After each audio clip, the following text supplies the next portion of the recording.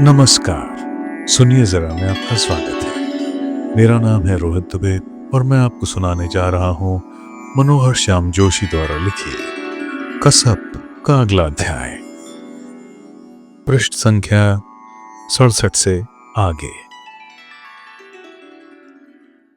मैं आपसे क्षमा चाहता हूँ कि इन कुछ दृश्यों के ब्यौरे में जाकर मैंने आपके धैर्य की परीक्षा ली। मध्यवर्गीय जीवन के रोजमर्रापन के इन अति परिचित उच्छिष्टवत दृश्यों से आप जैसे समझदार व्यक्तियों को मिल क्या सकता है। सच कहूं तो कथानायक तक पर इनकी महत्वहीनता उजागर है।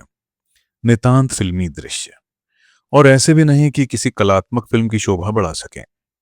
नायक जानता है, पर जानते हुए भी भूल नहीं सकता। इस सबको उसी तरह सहेज रहा है, सहेज कर रखेगा आगे भी, जिस तरह साधारण बुद्धि बब्बन।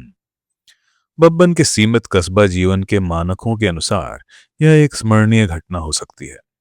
जितना ही हमारा नायक महत्वपूर्ण बनता जाएगा, इन घटनाओं की स्मृति उतनी ही प्रखर होती जा सकती है बब्बन के मन में। हम कल्पना कर सकते हैं कि बरसों बाद पहाड़ियों के बीच में पहाड़ी हिंदी बोलते हुए बब्बन कहेगा, ये डीडी तिवारी मेरा कजिन ठहरा, लंगोटिया यार हुआ, ओहरे। कम जो मजे थोड़ी कर रखे हमने। जिन बिचान यूनिवर्सिटी से गर्मी की छुट्टियों में यहाँ आने वाला ठहरा, न उसकी जेब में कौड़ी होने वाली न मेरी। मौज मस्ती में मातर कोई कमी, मातर मतलब किंतु, मौज मस्ती में मातर कोई कमी नहीं आने वाली ठहरी। मैं दवा वाली एक बड़ी चीची साथ लेकर चलता और जो भी मिलता उसे रोकता, कहता, भाई साहब आपकी जेब में एक फुकन्नी होगी फालतू, आमा के लिए मिक्सचर बनवाना था केमिस्ट से, 4 आने कम पड़ रहे। इस तरह करते करते डांड से लेकर बोट क्लब तक ही हम 1.5 रुपया पैदा कर रखने वाले ठहरे।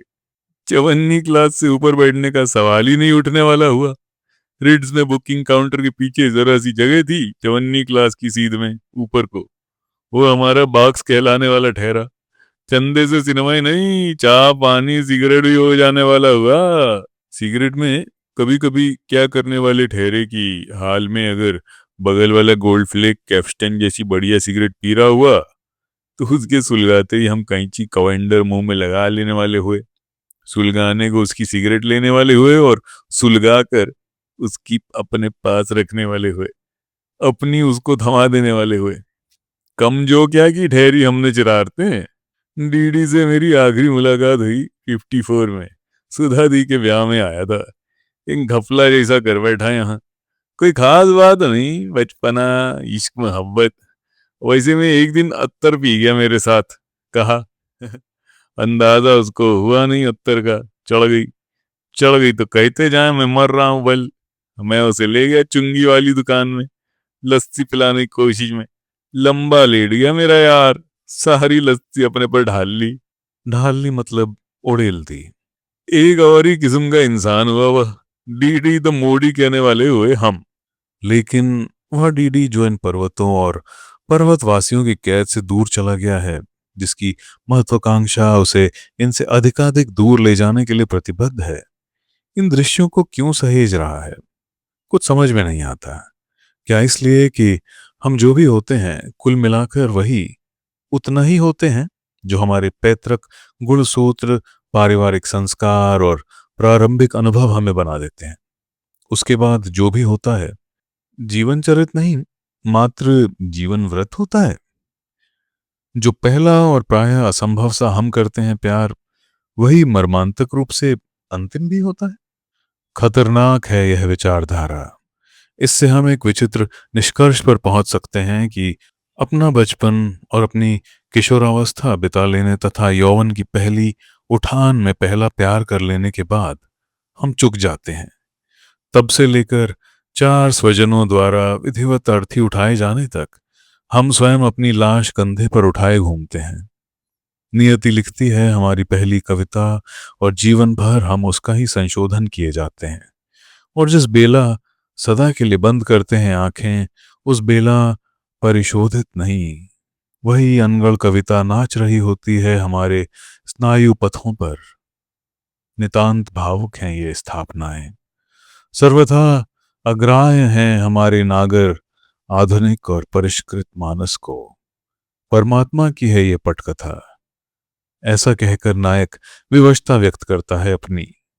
नायक की है यह कथा, ऐसा कहकर नायक की तरह ही कंधे उचका देने की अनुमति मैं आपसे चाहता हूं। डीडी बरेली जाकर रहा। सभी आशंकित थे कि यही उसका अगला खतरनाक कदम हो सकता है। गुड़िया और बब्बन ने उससे आग्रह किया कि कुछ दिन नैनीताल ही रहे और फिर उनके साथ रामगढ़ चले, एक हफ्ता शिवदा के सेब बागान में बिताने। बबली दी उससे अपने साथ लखनऊ चलने का निहोरा करती रही। डीडी ने कहा कि नहीं, मैं रानीखेत जाऊंगा।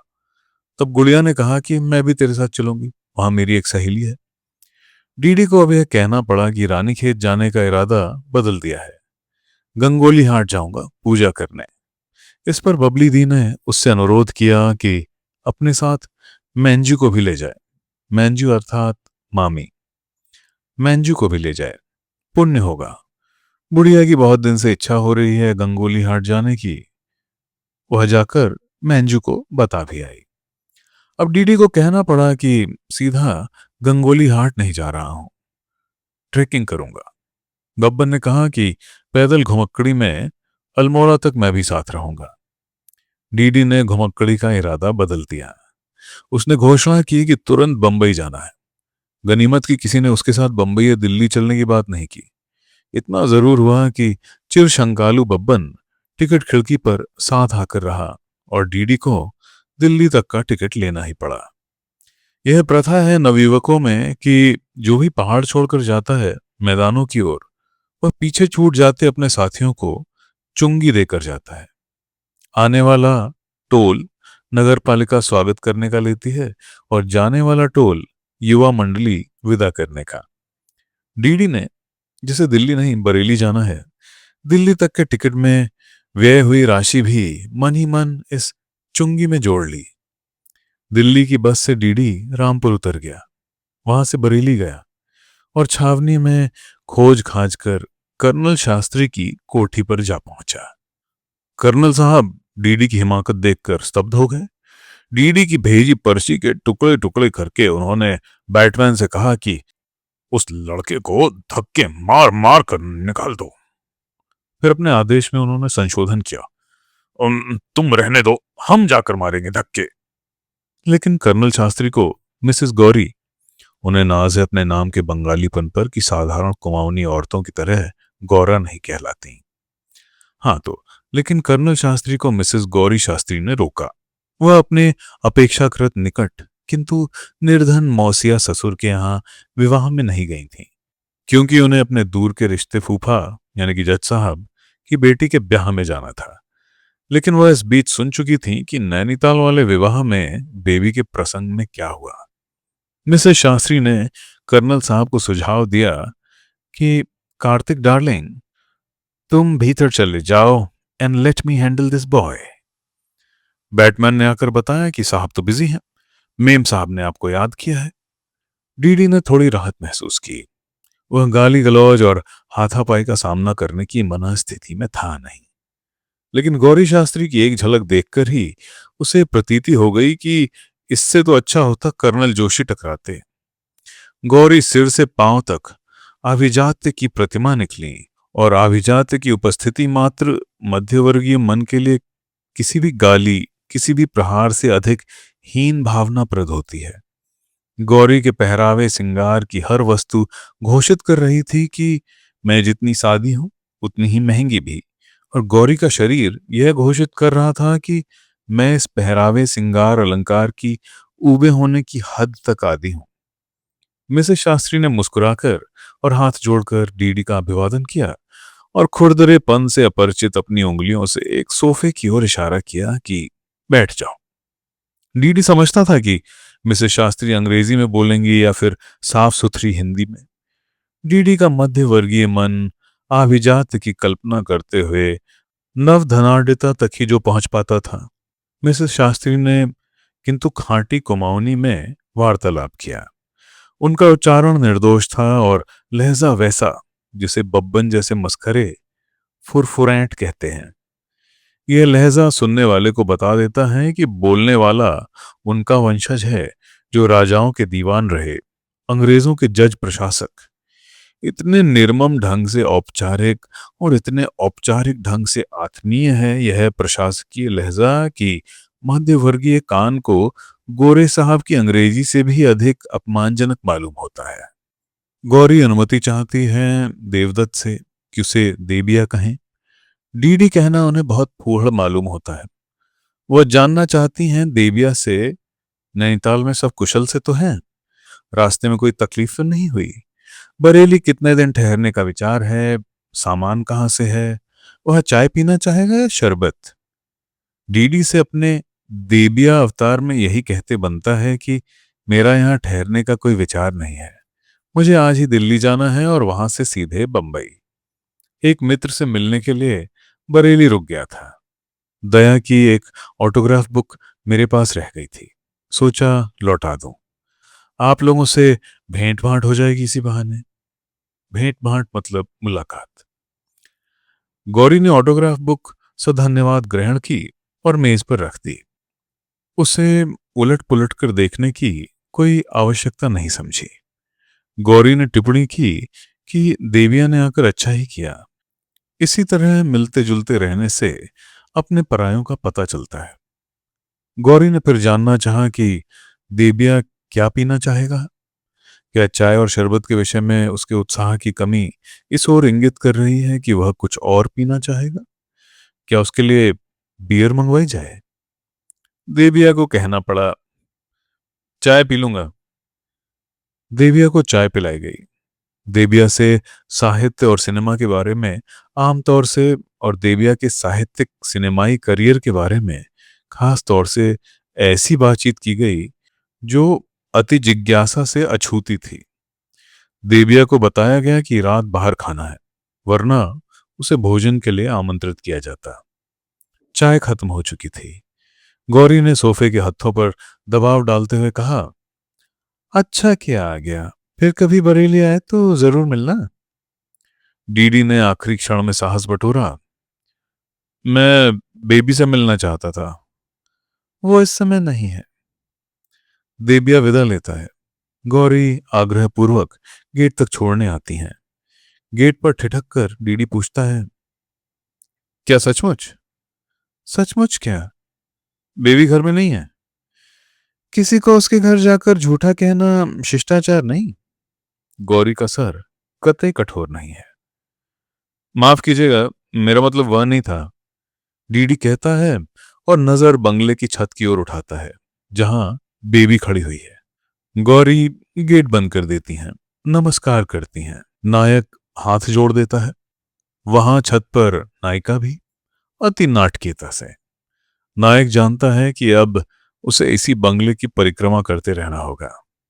नायिका जानती है कि यह नायक परिक्रमा करके रहेगा। नायक बंगले का चक्कर 3/4 ही लगा पाता है हर बार। सामने जाना निरापद नहीं। यूं अगल बगल और पिछवाड़े भी पकड़ लिए जाने की कुछ आशंका तो है। नायिका नायक के समांतर बंगले की छत की 3/4 परिक्रमा कर रही है और निःशब्द कुछ बोल रही है। जब भी सब तरफ से आश्वस्त होकर नायक निगाह छत की ओर उठाता है, नायिका के होठों को हिलता हुआ पाता है। क्या कह रही है वो, या कि गा रही है वो? नायक कभी कभी निगाह उठाने के साथ साथ हथेली से इशारा करके जानना चाहता है, तू क्या कह रही है? और वह हथेली से ही इशारा करती है, धीरज कर, ध्यान दे, समझने की कोशिश कर, मैं कह रही हूं। होंठ धीमे धीमे हिलते हैं कि एक एक निःशब्द शब्द स्पष्ट हो सकें। नायक समझने की कोशिश करता है और फिर हथेली नचाकर बताता है, कुछ पल्ले नहीं पड़ा। नायिका अपनी त्योरियों पर बल डालती है, तर्जनी कनपटी पर रखती है, सिर एक ओर झुका लेती है, सोच रही है कैसे समझाऊं। फिर वह पहला निःशब्द शब्द उचारते हुए तर्जनी से नायक की ओर इशारा करती है, तू। नायक अपने पीछे नीचे देखता है कि शायद वहां कोई वस्तु हो जिसे इंगित किया जा रहा हो। पीछे बोगनविलिया का झाड़ है और उसका एक फूल तोड़कर इशारे से पूछता है, ये? नायिका सिर हिलाती है, उंगलियों को उंगलियों पर बजाती है कि क्या करूं, कैसे समझाऊं। फिर वही शब्द निःशब्द उचारते हुए तर्जनी से बार बार नायक की ओर इशारा करती है, तू तू तू। नायक आखिर समझता है, तर्जनी से अपना सीना ठोंकता है, मैं। नायिका सिर हिलाती है और फिर वही ध्वनिहीन वाक्य दोहराती है। 3 शब्द हैं वाक्य में। पहला तू है, तो अंतिम कोई क्रियापद होगा। था, तू कहाँ था? लेकिन यह तो कोई बात नहीं हुई। नायिका उसी वाक्य के उसी शब्द क्रम पर होंठ हिलाए जा रही है। अंतिम शब्द है भी हो सकता है। तू है, रिक्त स्थान को भरिए। अच्छा, बच्चा, प्यारा, पगला, लाटा। नायक अब इस समस्या से इतना उलझ गया है कि चहलकदमी करना उसने छोड़ दिया है। सभी खतरों से वह बेखबर है आज। जो भी है वह शब्द, उसके अंत में आ की मात्रा नहीं है। इसीलिए नायक नायिका के लिए न प्यारा हो सकता है, न लाटा। इस शब्द के अंत में तो उ की मात्रा है। ऐसा शब्द क्या हो सकता है जो छोटा सा हो, जिसके अंत में उ की मात्रा हो और जो नायिका नायक के लिए प्रयुक्त कर सके। उल्लू। उल्लू। डीडी, जिसके एकांकियों की धूम है, जिसकी कहानियों का संग्रह प्रशंसित है, जिसकी कविताएं दूसरा सप्तक में लिए जाने की खबर उड़ी थी, जिसे एक फिल्म में प्रमुख सहायक दिग्दर्शक का और एक में अतिरिक्त संवाद लेखक का क्रेडिट मिल चुका है। उल्लू। निश्चय ही नायक के समझने में कहीं कोई गलती हो रही है। बात इशारों से परे पहुंच चुकी है। मैं क्या हूं? नायक चुनौती भरे स्वर में चीखता है और फिर कई बातें एक साथ होती हैं। कर्नल साहब का अल्सेशियन, जो इधर कुछ देर से ध्यान मग्न नायक पर बाड़े के उस पार से जिज्ञासु शंकालु दृष्टि डाल रहा था, चीखना सुनकर भौंकता है और नायक पर झपटने को होता है। गनीमत है कि वह बंधा हुआ है। नायिका कहती है, बुद्धू, और जीने की तरफ भाग जाती है। कर्नल साहब खुद बरामदे में आ जाते हैं। नायक के पास यह तय करने का समय नहीं कि नायिका ने बुद्धू उस निस्वन वाक्य में तू और है के बीच की जगह भरने के लिए कहा, या कि यह नायक के चीखने पर एक स्वतंत्र टिप्पणी थी। इससे आपको हमें कोई विशेष अंतर न पड़े, पर नायक को सुना पड़ता है। पहले तो उल्लू है, फिर तू बुद्धू है हो, तो गाली गलौच वाला मामला बनता है। लेकिन अगर पहले तू बुद्धू है वात्सल्य और फिर तू बुद्धू है विस्मय हो, तो प्यार व्यार का मामला हो सकता है। नायक भाग रहा है और भागते हुए इस प्रकार सूक्ष्म विवेचन संभव नहीं। नायक भाग रहा है क्योंकि कर्नल साहब ने मांग की है कि शत्रु से निपटने के लिए मुझे हथियार बंद किया जाए। नायक भाग रहा है क्योंकि वह जानता है कि भागकर कहीं जा नहीं सकता, यहीं लौटना है। नायक के पौरुष के आगे संप्रति प्रश्न चिन्ह सा लगा होने के बावजूद सैद्धांतिक स्तर पर यह शंका उठ सकती है कि यह कथानक पुरुष सत्ताक हुआ जा रहा है। अस्तु, नायिका की ओर से कुछ निवेदन करने की अनुमति चाहूंगा, किंतु कुछ और कहूं इससे पूर्व यह स्वीकार करना कर्तव्य समझता हूं कि नायिका के निरूपण में मेरा स्वयं पुल्लिंग होना बाधक है। इस विषय में हुए साहित्यिक शास्त्रार्थ में से 3 स्थापनाओं का उल्लेख कर देना श्रेयस्कर होगा। पहली यह कि पुरुष अपने साहित्य में स्त्रियों की भूमिका सीमित रखते हैं और उस सीमित भूमिका का निरूपण भी पुरुष सत्ताक मानकों के अनुसार करते हैं। दूसरी यह है कि हिंदी कथाकार नारी को पूज्या मानते हैं, कभी पुष्प गंधाक्षत और मंत्रोच्चार से, कभी लात घूंसे जूते और गाली गलौज से। अतएव उस सामान्य नारी का निरूपण करना उनके लिए असंभव है जो न चंडी है न रंडी। तीसरी यह है कि हिंदी लेखक का सहवास का अनुभव इतना सीमित और दरिद्र होता है कि अपने में यही अनंत आश्चर्य का विषय है कि नारी पर लिखने के लिए उसकी कलम भी कैसे उठ पाती है। कलम किसी तरह उठ ही गई है तो नायिका के संदर्भ में कुछ लिखना ही होगा। पहली बात, नायिका अब भी अपने को नायिका नहीं, बेबी ही समझती है। अभी तक उसे यह विश्वास नहीं हुआ कि परमात्मा ने प्रेम की कोई पटकथा लिखी है और बेबी को नायिका की भूमिका दी है। दूसरी बात, बेबी को सभी पुरुष विचित्र और हास्यास्पद मालूम होते हैं। यह स्वस्थ दृष्टिकोण उसने नारी मुक्ति आंदोलन शुरू होने से बहुत पहले प्राप्त कर लिया था, कदाचित इसलिए कि वह 4 भाइयों की अकेली बहन थी। तीसरी बात, बेबी को डीडीटी नामक यह पुरुष विशेष रूप से विचित्र और हास्यास्पद मालूम हुआ है, प्रथम साक्षात से, और दिन प्रतिदिन वह मूल्यांकन सुदृढ़ होता जा रहा है। इसे प्रेम के प्रादुर्भाव का लक्षण माना जा सकता है कि नहीं, यह स्वतंत्र रूप से विवाद का विषय बन सकता है। जो हो, इस संदर्भ में बेबी के मन में कोई ऐसा या कि वादी प्रश्न नहीं उठा है। डीडी मुझे विशेष रूप से विचित्र इसलिए लगता है कि वह मुझसे अलग भी वैसे ही विशेष रूप से विचित्र है, या कि इसलिए कि वह मेरे संदर्भ में ही विशेष रूप से विचित्र और हास्यास्पद हुआ जा रहा है, नितांत प्रीतिकर ढंग से। चौथी बात, डीडी को अपनी तरफ से अस्वीकार करने का अधिकार बेबी किसी और को दे नहीं सकती। स्वीकार करेगी, अस्वीकार करेगी, स्वीकृति अस्वीकृति स्थगित रखेगी स्वयं ही।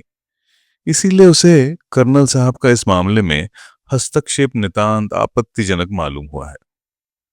पांचवी बात, बेबी को यह कुल मिलाकर अच्छा लगा है कि डीडी ने भी इस मामले का फैसला किसी और को नहीं करने दिया है। गिरता पड़ता वह उसके पीछे चलता ही आ रहा है। बहुत जवां मर्द न सही, अपनी जिद के लिए नायकोचित साहस तो जुटा ही रहा है। छठी बात, बेबी इस बात के लिए भी डीडी की प्रशंसा करना चाहेगी कि उसने गलत फ्रांसीसी में ही सही स्पष्ट कहा कि जिलेम्बू, मैं तुमसे प्यार करता हूं, और एक बार नहीं बारंबार कहा।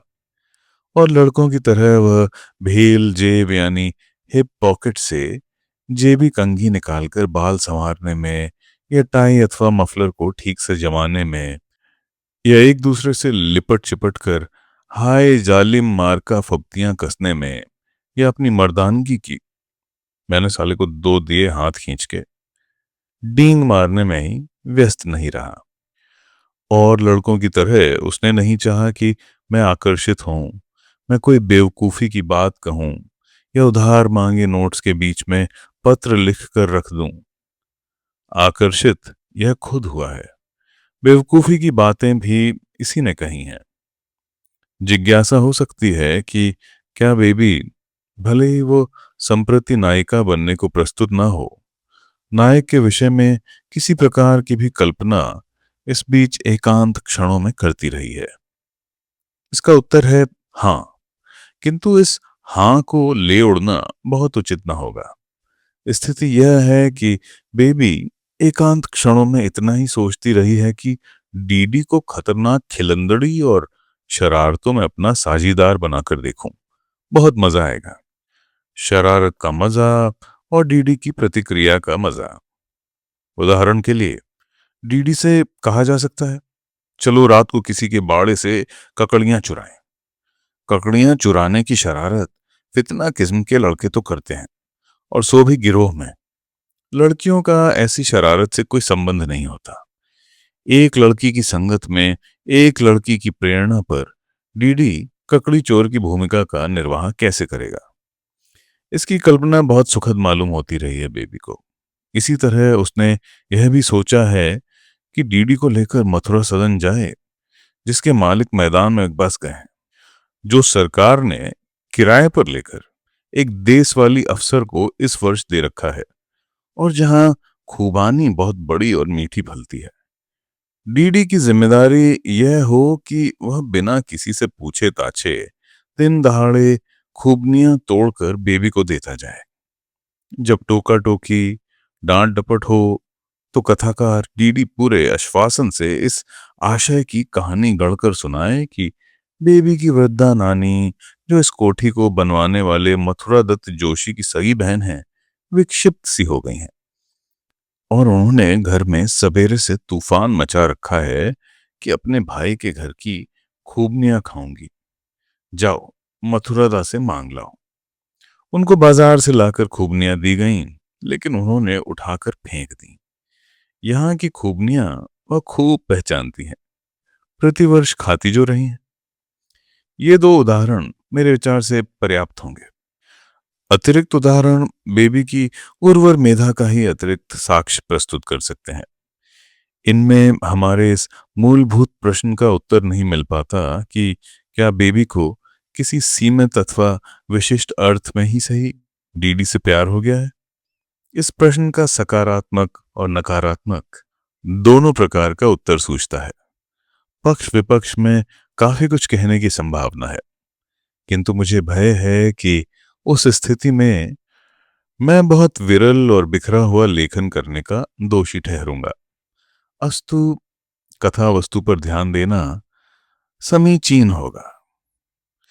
बेबी नैनीताल छोड़ते समय जो नाराज हुई सो अब तक नाराज ही चली आ रही है। नाराज, लेकिन नासाज नहीं। मुंह फुलाकर बैठ जाना अथवा बंद कमरों में सिसकते रहना उसे पसंद नहीं। वह पूरी तरह से शांत सामान्य है। केवल ठुलदा पर उसने प्रकट कर दिया है कि तेरा आचरण मुझे कतई पसंद नहीं है। बेबी ठुलदा से इस तरह व्यवहार कर रही है मानो वह कसूरवार बच्चे हों, जिन्हें उसने दंडित करने के लिए ठुकरा रखा है। सबसे वह हंस बोल रही है, ठुलदा की ही बातों का रूखा सूखा जवाब दे रही है। ठुलदा को इच्छा होती है कि बेबी को पीट कर रख दें, लेकिन वह जानते हैं कि बेबी को पीट भले ही दें, पीट कर रख वख देना उनके क्या किसी के वश का नहीं। उन्हें यह भी मालूम है कि बेबी घर में सबकी लाडली है। वह इस तथ्य से भी अवगत हैं कि उनकी पत्नी गौरी मुंह से स्पष्ट कुछ न कहें, मन ही मन यह मानती हैं कि ससुराल वाले अभिजात नहीं हैं, मायके वालों की तरह। पति का चीखना चिल्लाना, मारपीट करना अभिजात के अभाव का प्रमाण ठहराती आई है वह। नहीं कार्तिक, ये मिलिट्री वालों के नहीं, मिडिल क्लास वालों के काम है। तो ठुलदा बेबी को पीट नहीं सकते, डीडी को जरूर पीट कर रख देना चाहते हैं, लेकिन अपनी पत्नी के अभिजात की गरिमा और अपनी बहन की स्वाभिमानी जिद के चलते यह काम भी हो नहीं पाएगा शायद। डीडी को पकड़कर ले आया है चौकीदार। बहुत दूर भाग नहीं सका वह। भाग पाता भी तो लौट कर आना यही था, नायिका से मिलने की इच्छा लेकर। फुलदा के हाथ में पिस्तौल है और मुंह में अंग्रेजी गालियां। गौरी भोजू, भोजू मतलब भाभी, फुलदा के हाथ से पिस्तौल ले लेती हैं और अंग्रेजी में कहती हैं, क्रोध में अपने को हास्यास्पद ना बनाओ, मुझे इस मामले को सलटाने दो। भीतर जाओ और ठंडी बियर पियो। गौरी बोजू चौकीदार से चले जाने को कहती हैं और देबिया से पूछती हैं मुस्कुराकर, मुझसे तो बात हो चुकी थी, फिर कैसे आया? कुछ रह गया था क्या? देबिया कहता है, मुझे वो बेबी से कुछ बात करनी थी। गौरी कहती है, जब हमने कह दिया कि बेबी घर में नहीं है, तब समझ जाना चाहिए था कि हम बेबी से बात करने की अनुमति नहीं दे सकते। देबिया को इसका कोई जवाब नहीं सूझ रहा है। वह दरवाजे का रुख करता है। तभी बेबी आती है और पूछती है कुमाऊनी में, अरे डीडी कब आया? नायक से कुछ कहते नहीं बना। सब लोग खड़े क्यों? बेबी ने कहा। बैठ डीडी, बैठो गोजू। तुम लोग बैठो, गौरी बोली। बच्चों की बातें मैं क्या सुनूं? नहीं, तुम बैठो गोजू, बेबी ने कहा। हमें कोई खास बात थोड़ी करनी है।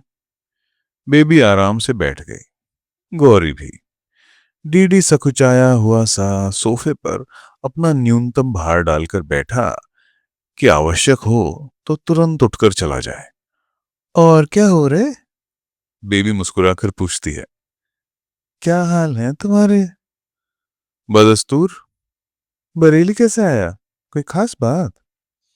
मुझे एक दोस्त से मिलना था, वो ऑटोग्राफ बुक भी लौटानी थी। ऑटोग्राफ बुक मिल गई दया को। तूने उसके लिए कुछ लिखा भी नहीं, खाली दस्तखत कर दिए। मैंने तेरे लिए कुछ लिखा था। उसमें तो कुछ नहीं था। मेरी जेब में। दिखा। नायक बटुए में सहेज कर रखी हुई एक पर्ची निकालकर नायिका को दे देता है। नायिका पर्ची पढ़ती है और मुस्कुराती है। गौरी पूछती हैं, मैं देख सकती हूँ? बेबी पर्ची उनकी ओर बढ़ा देती है। नायक का चेहरा निरक्त हो जाता है। गौरी पर्ची पढ़ रही है और नायिका नायक को जबान निकालकर दिखा रही है। जिलेम्बू मारगाट। गौरी पर्ची बेबी को लौटाती है। ये तुम लोगों का कोई प्राइवेट जोक है शायद। जोक ही तो है। नायक निश्वास छोड़ता है। नायिका पर्ची को ब्लाउज में खोसते हुए पूछती है, और क्या प्रोग्राम बना रहा? मैं आज रात दिल्ली जा रहा हूँ, वहां से बंबई के लिए गाड़ी पकड़ूंगा। बंबई तो बहुत बड़ा शहर ठहरा, वहां जाकर पहाड़ को तो भूल ही जाएगा। भूलूंगा तो कुछ नहीं, खुद जरूर खो जाऊंगा। बंबई बड़ा शहर है और मैं छोटा आदमी। बड़े शहर में जाकर ही तो लोग बड़े बनने वाले हुए बल। शायद। मैं कोशिश करूंगा कि किसी लायक बन सकूं। लायक तो तू हुआ। लायक हो जाने से ही तो कोई किसी के लायक नहीं बन जाता। अच्छा, तू किसी के लायक बनने की कोशिश करने वाला है वहां बंबई में? हाँ। किसके? जीन सिमंस के? हाँ। सच्ची कोई है भी Gene Simmons? Gene Simmons? Gauri बोजू कहती हैं, हॉलीवुड की एक एक्ट्रेस है। मुझे नहीं पता था कि देवी उससे ब्याह करना चाहता है। या यह भी तुम बच्चों का कोई प्राइवेट जोक है? जोक ही तो है। नायक निश्वास छोड़ता है। तुम लोग तो पहेलियों में बात करते हो। गौरी बोजू टिप्पणी करती है। पहेली ही तो है। नायिका नायक की नकल करती है, निश्वास छोड़ती है। मैं? नायक कहता है। तू? नायिका पूछती है। मैं चाहता था कि बंबई जाकर चिट्ठी लिखूं। पता क्या है? हॉलीवुड। जीन सिमंस का नहीं, तेरा। मुझे क्या लिखेगा चिट्ठी में? वही जो पर्ची में लिखा। हाँ। वो तो लिख दिया, बार बार क्या लिखना हुआ? और भी लिखूंगा कुछ। क्या? मैं किसी के लायक बनने की कोशिश कर रहा हूं। ये तो 2 ही लाइन की चिट्ठी हुई। जिलेम्बू मारगाट, मैं किसी के लायक बनने की कोशिश कर रहा हूं। और भी कुछ लिखूंगा। क्या लिखेगा वही तो पूछती हूँ। नायिका मुस्कुराती है। मुझे तो कोई चिट्ठी भेजता ही नहीं। तू भेजेगा तो एक नई जैसी बात होगी। सब कहेंगे बेबी की चिट्ठी आ रही है। सब पूछेंगे क्या आ रही है बेबी तेरी चिट्ठी। सबको सुनानी ठहरी ना, इसी से पूछती हूँ क्या लिखेगा। यही कि किसी के लायक बनने में क्या प्रगति हुई, इसमें तो हर बार नई बात होगी। अच्छा, लेकिन ये तो प्रोग्रेस रिपोर्ट जैसी हुई तेरी। इसे सुनकर दूसरे उबेंगे नहीं क्या? कुछ और भी लिख दूंगा। क्या? ज्ञान विज्ञान की बातें? वही तो तू जरूरी लिख देना देविया। गौरी बोजू कहती हैं, इस सरफिरी का उनसे बहुत भला होगा। यूं अगर ज्ञान विज्ञान तुझे इतना ही आता होगा तो इस सिरफिरी को चिट्ठी लिखने का इरादा ही छोड़ देगा। और बेबी बच्ची, हमें कहीं जाना भी है। देविया को भी ट्रेन पकड़नी होगी शायद। देविया उठ जाता है। बेबी और गौरी उसे बाहर तक छोड़ने आती हैं। फाटक पर डीडी कहता है, पता नहीं दिया। अरे हाँ, बेबी कहती है, कागज पेंसिल है? नायक अपनी नोटबुक निकाल कर देता है। बेबी उस पर लिखती है अपना पता और एक सूचना। मार गांठ खोलना मुझे भी नहीं आता। नायक इस वाक्य को पढ़कर याकीवाद को प्राप्त होता है। नोटबुक जेब में रखते हुए वह बाहर निकलता है, लेकिन देखता नायिका की ओर ही रहता है। वह चौकीदार से टकरा जाता है। संभल कर सीधा चलता है, पर थोड़ी ही देर में फिर पलटता है कि देखूं नायिका है कि गई। नायिका जगह पर है। नायक का पांव अलबत्ता बेजगह पड़ रहा है, गोबर में। नायिका हंसती है। नायक झेंपता है, संभलता है, सीधा देखकर चलता है। अब वह मोड़ पर पहुंच चुका है। अंतिम बार पलट कर देखने का मोह संवरण नहीं कर पाता। वह पलट कर देखता है। नायिका और गौरी बोजू हाथ हिला रहे हैं। वह भी हिलाता है और हाथ हिलाते आगे बढ़ते टकराता है साइकिल रिक्शा के हैंडल से। इस दुर्घटना क्रम से पार जाने के लिए वह उसी रिक्शा में बैठ जाता है और कहता है, स्टेशन। फाटक से बंगले की ओर जाती हुई गौरी बोजू कहती हैं बेबी से, शिबो, इस लड़के के लिए इतना बतंगड़, तेरे दादा की समझ पर हंसी आती है। बेबी कोई टिप्पणी नहीं करती। इस लड़के के बारे में भले ही उसका कोई निश्चित मत ना हो, अभी तक दूसरों का कोई भी मत स्वीकार नहीं है उसे, खासकर गौरी बोजू का। ट्रेन दिल्ली जा रही है। ट्रेन बंबई जा रही है। बगैर रिजर्वेशन है डीडी।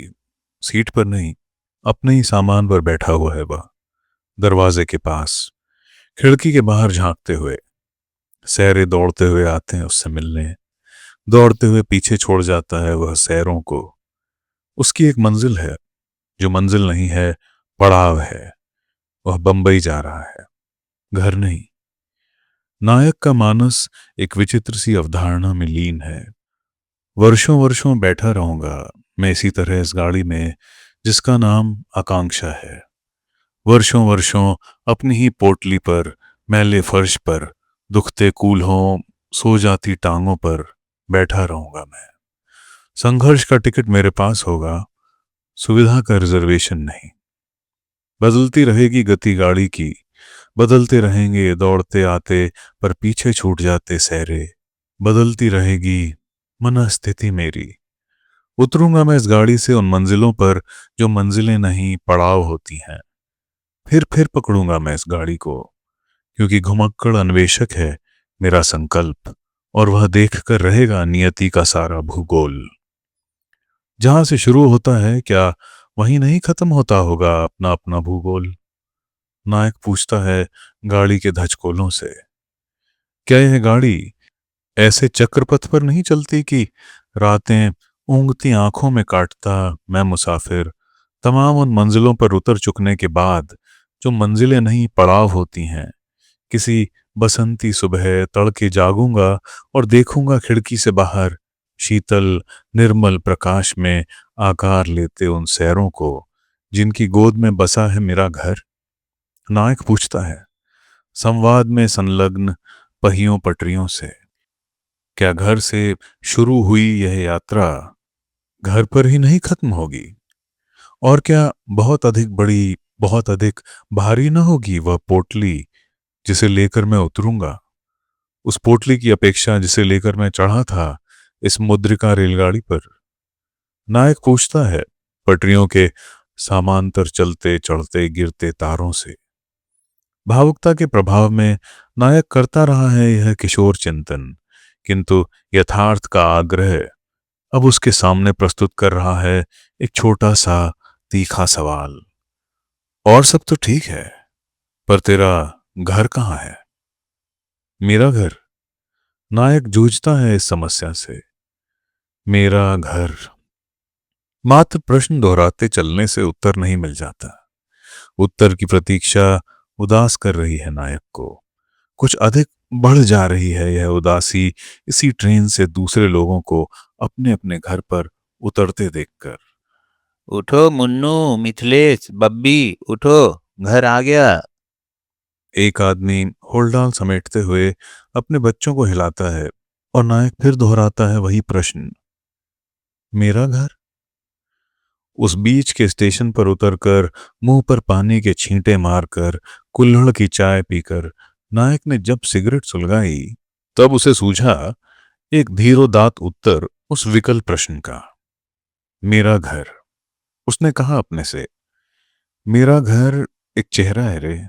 वह चेहरा जिसे पलटकर देखते हुए मैं उस रिक्शे के हैंडल से टकराया था जिस पर बैठकर ट्रेन पकड़ने स्टेशन गया था। उस चेहरे से शुरू हुई है यह यात्रा, उसी चेहरे पर खत्म होगी।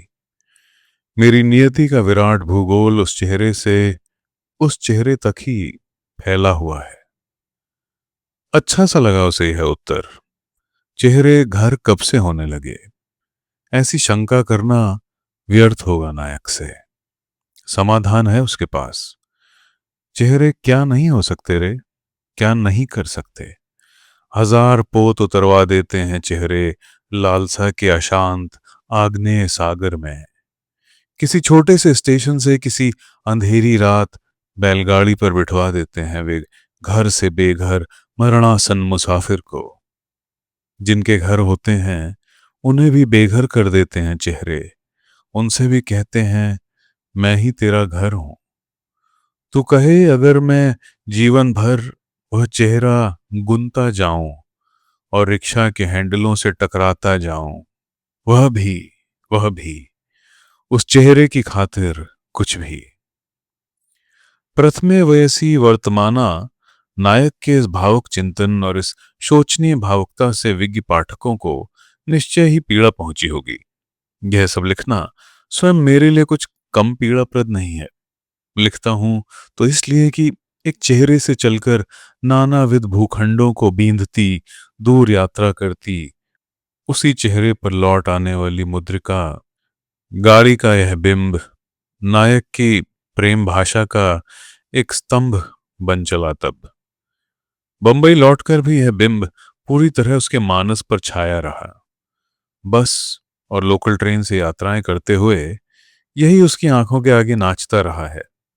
और तो और मलाड में अपनी दयनीय खोली की खिड़की पर बैठे हुए बहुधा उसे यह संभ्रम होने लगा कि गाड़ी की खिड़की है, सतत चल रही है वही चक्करदार यात्रा। सामने से आती जाती लोकल गाड़ियां इस भ्रम को सुदृढ़ करती हैं। आपने देखा होगा कुछ फिल्मों में कलाकार नायक या शार्जन और देशाटन के लिए निकल पड़ता है। गाड़ी चलती हुई दिखाई जाती है। बीच बीच में पर्दे पर विभिन्न नगरों के प्रतिनिधि भवन स्मारक उभरते हैं। कला प्रदर्शन करते हुए नायक की छवि उभरती है, नगर के नाम उभरते हैं। हम जान लेते हैं कि नायक नगर नगर यश लूटता चला जा रहा है। एक धमाके के साथ समाप्त होती है यह यश यात्रा और मंच पर कला प्रदर्शन करता नायक दर्शक दीर्घा में बैठी नायिका के सम्मुख होता है। अंततः ऐसा ही एक नितांत निजी चलचित्र देखा करता है अब डीडी अपने मन के मूवीओला पर। अंत भला सो सब भला। नायक लौट आता है इस फिल्म में किसी योग्य बनकर, किसी के योग्य बनकर, किसी के समक्ष। डीडी की प्रेम भाषा का दूसरा स्तंभ कोई बिंब नहीं, एक फिक्रा है। इश्क में ऐसा भी होने वाला ठहरा बल। जीवन में क्या क्या नहीं होता, यह जानते समझते जिज्ञासुओं का पूरा जीवन बीत जाता है। विविध है, विचित्र है, मायावी है जीवन। यौवन में प्रेम ही जीवन का पर्याय है। यह जिंदगी उसी की है जो किसी का हो गया, प्यार ही में खो गया। ऐसा वचन है वर्तमान आचार्यों का भी। तो क्या आश्चर्य जो नायक अपने आचरण पर सतत आश्चर्य करते रहने के क्रम से गुजर रहा है और दोहरा रहा है बब्बन की विस्मय व्यंग्यपूर्ण वह टिप्पणी, इश्क में ऐसा भी होने वाला ठहरा बल। एक रात वह सोया ही नहीं। पास तो था ही, लोकल गाड़ियों से यहां से वहां जाता रहा, स्टेशनों से बाहर निकलकर घूमता रहा, लगभग सोनी सड़कों पर आवारा, नियॉन रोशनियों की छाया में।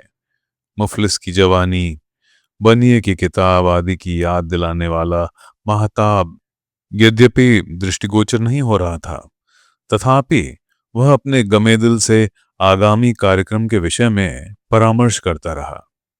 सुबह अपने स्टेशन पर लौटकर चाय पीते हुए उसने अपने से कहा, अच्छा तो डीडी, इश्क में ऐसा भी होने वाला ठहरा बल। कर्नल साहब ने सुधा के विवाह के जो चित्र खींचे हैं उनमें से कुल एक बब्बन ने डीडी को भेजा है, क्योंकि इसमें बेबी फ्रेम के सिरे पर आ जाने के कारण लगभग कट गई है और दया बीचों बीच खड़ी है और बहुत सुंदर लग रही है। कर्नल साहब ने कोई भी ऐसा चित्र नहीं लिया जिसमें डीडी स्वयं हो। कुछ तो इसलिए कि डीडी आयोजित परामर्शदाता के रूप में उनकी बगल में ही जमा रहा, और कुछ इसलिए कि वह इस घृणित युवक का चित्र खींचना भी नहीं चाहते थे। इसीलिए बब्बन को यह एक चित्र भेजना पड़ा है। अब नायक कभी कभी इस चित्र के उस सिरे को अपलक देखता रहता है जिसमें नायिका कैमरे को प्रोफाइल देते हुए फ्रेम से बाहर किसी से बात कर रही है। उस किसी को डीडी मानकर वह बेबी डीडी दोनों के डायलॉग मन ही मन लिखता चला जाता है। साहित्यिक संवाद। फिर लेखक निर्देशक अभिनेता अभिनेत्री डीडी अपने को ही प्रॉम्प्ट करता है और दो तरफा डायलॉग बोलता है। यथा अस्मिता का वह प्रश्न शेष रह जाता है। जो शेष रह जाए कहीं उतनी ही तो अस्मिता नहीं। इससे पूछिए यह क्या बकवास लगा रखी है। कहेगा इश्क में ऐसा ही होता है। एक दिन सुबह नहाने के समय जो डीडी ने यह गाना शुरू किया, हम आज कहीं दिल खो बैठे यूं समझो किसी के हो बैठे, तो रात तक यही धुन उसके मन मस्तिष्क पर मंडराती रही और बीच बीच में वह उसे प्रकट गुनगुनाता या गाता रहा और कभी कभी सीटी पर निकालता रहा। सेट पर 2 बार उसे इस उच्छृंखलता पर टोका भी गया। पैकअप होने पर उसने विधिवत गाया, बब्बन की तरह जीभ मुंह से ऑर्केस्ट्रा प्रस्तुत करते हुए, हम आज कहीं टिंग डिंग टिंग डिंग टिंग डिंग टिंग दिल खो बैठे। कैमरामैन राणे ने पूछा, अरे किधर में दिल खो बैठा? कौन का हो बैठा? अभी ये भी तो बताने का तिवारी। डीडी तिवारी ने ऊपर टंगी उस छोटी लाइट की ओर इशारा किया जिसे बेबी कहा जाता है। इस बेबी लाइट का? राणे को अचरज हुआ। फिर उसने लाइटमैन पांडुरंग से कहा, ये बेबी लाइट तिवारी से उतारने को बोल, इसको इस लाइट से मोहब्बत हो गई ली है। तिवारी सीढ़ी पर चढ़कर बेबी लाइट उतार लाया। लाइट अभी थोड़ी गर्म थी लेकिन तिवारी ने उसे सीने से चिपकाया। लोग बात हंसे और तब नायक ने कहा, इश्क में ऐसा भी होता है।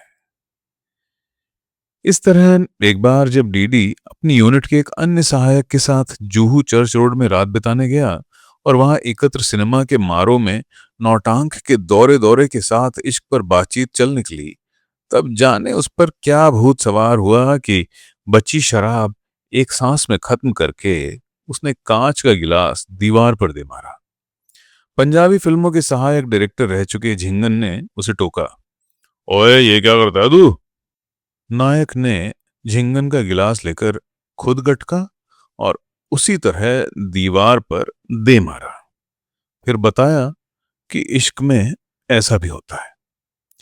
यह नहीं कि इश्क में ऐसा भी होने की प्रतीति नायक को सदैव ऐसी नाटकीयता के साथ ही हो रही है।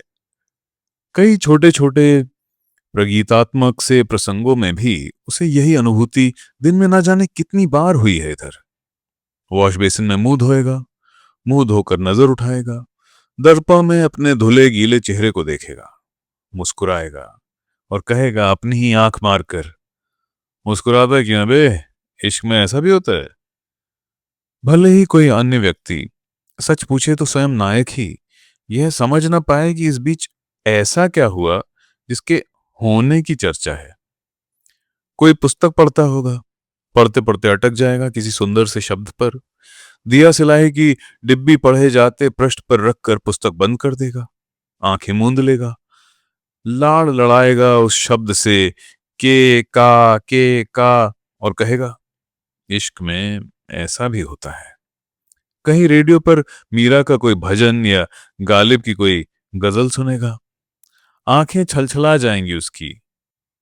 पूछिए इसमें रोने रोने को हो आने की क्या बात है भला? मीराबाई के पद घुंघरू बांध कर नाचने की बात हो या मिर्जा गालिब के जलाए न जलने और बुझाए न बुझने की। सैकड़ों बार सुनी हुई है तुम्हारी। पहले तो कभी नहीं रोए। कहेगा इश्क में ऐसा भी होता है नायक। अब कभी कभी सड़क पर चलते चलते व्यर्थी छलांगे क्यों भरने लगा है। नायक बी बे ऐसा उल्टा जाप क्यों करता है। नायक मार गांठ लग जाने पर इजार बंद को काटने की जगह पैजामा गांठ समेत क्यों उतारने की कोशिश करता है। नायक कभी कभी किसी काल्पनिक गेंद को किसी काल्पनिक बल्ले से खेलता हुआ रनिंग कमेंट्री क्यों करने लगा है। Well pitched up to the batsman and Tiwari goes forward, drives it formally past the bowler for four. जबकि तिवारी को बल्ला पकड़ने की तमीज नहीं है और क्रिकेट का उसका ज्ञान भी किताबी है। बहुत ही लंबी सूची बन सकती है ऐसे प्रश्नों की जिनका नायक के पास एक ही उत्तर है। इश्क में ऐसा भी होने वाला ठहरा बल। इस सबसे यह समझ बैठना गलत होगा कि हमारा जन्मजात रुआसा नायक अब सदा उछाह में रहता है। वह गहन अवसाद में भी डूबता है। उसके चीकट तकिए की सिंचाई जब तब विधिवत होती रहती है। वह महान कलात्मक फिल्में बनाने के सपने देखता है। इन स्वप्नों की पूर्ति के लिए अपने बचे हुए समय में पटकथाएं लिखता है जिन्हें उसके जैसे कुछ अन्य संघर्षरत नवयुवकों के अतिरिक्त कोई देखने अथवा सुनने को तैयार नहीं है। बंबई के व्यावसायिक फिल्म जगत में उसे अपनी प्रगति की कोई राह खुलती नजर नहीं आ रही है। कभी कभी वह अपना ध्यान फिल्मों से हटाकर साहित्य या रंगमंच पर केंद्रित करना चाहता है, लेकिन उसमें भी गुजर बसर की विशेष संभावना नहीं है।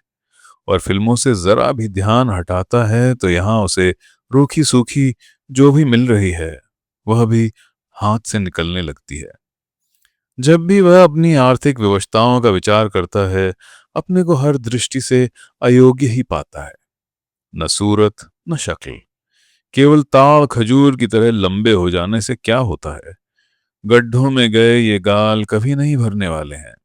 कभी नहीं आने वाली है सिरी इस चेहरे पर। श्री भी लक्ष्मी ही हुई ना। पाव उसल खाकर भरेंगे ये गाल। अक्ल, अक्ल भी क्या खाक है।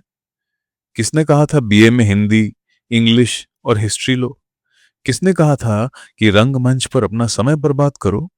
कौन था वो अक्लमंद जो बीए में 58.5% नंबर लाया। 1.5% और नहीं आ सकते थे क्या। और चलो साहित्यिक से आदमी भी थे तो वहीं रहते ना इलाहाबाद एजी दफ्तर में, कंपटीशनों के लिए तैयारी करते। अच्छी नौकरी पा जाते तब सुविधा से लिखते पढ़ते। तुमसे किसी डॉक्टर ने कहा था कि बंबई जाओ फिल्मों में, और तुम्हारी कोई भी बात कायदे की नहीं होती भाई। यह भी क्या कि 2-3 दिन के लिए पहाड़ गए और पहाड़ सा बोझ लाद लाए सिर पर प्रेम का। प्रेम तुम प्रेम नहीं कर रहे हो, अपनी जग हंसाई करा रहे हो। तुम इसी लायक हो। मैं इसी लायक हूं, सच। मैं किसी लायक नहीं। मैं उस किसी के लायक नहीं। हाय, ऐसा सोचता है हमारा नायक और तकिया माता की छाती में सिर छिपाकर फफकता है। इश्क में कदाचित ऐसा भी होने वाला ठहरा बल। अस्तु। तो मित्रों, ये था कसब का पृष्ठ संख्या 67 से 85 तक का सफर। अगला सफर हम जल्दी तय करेंगे। यहां पे लेते हैं एक छोटा सा अल्प विराम। लाइक, सब्सक्राइब और शेयर करना मत भूलिएगा। सुनने के लिए धन्यवाद।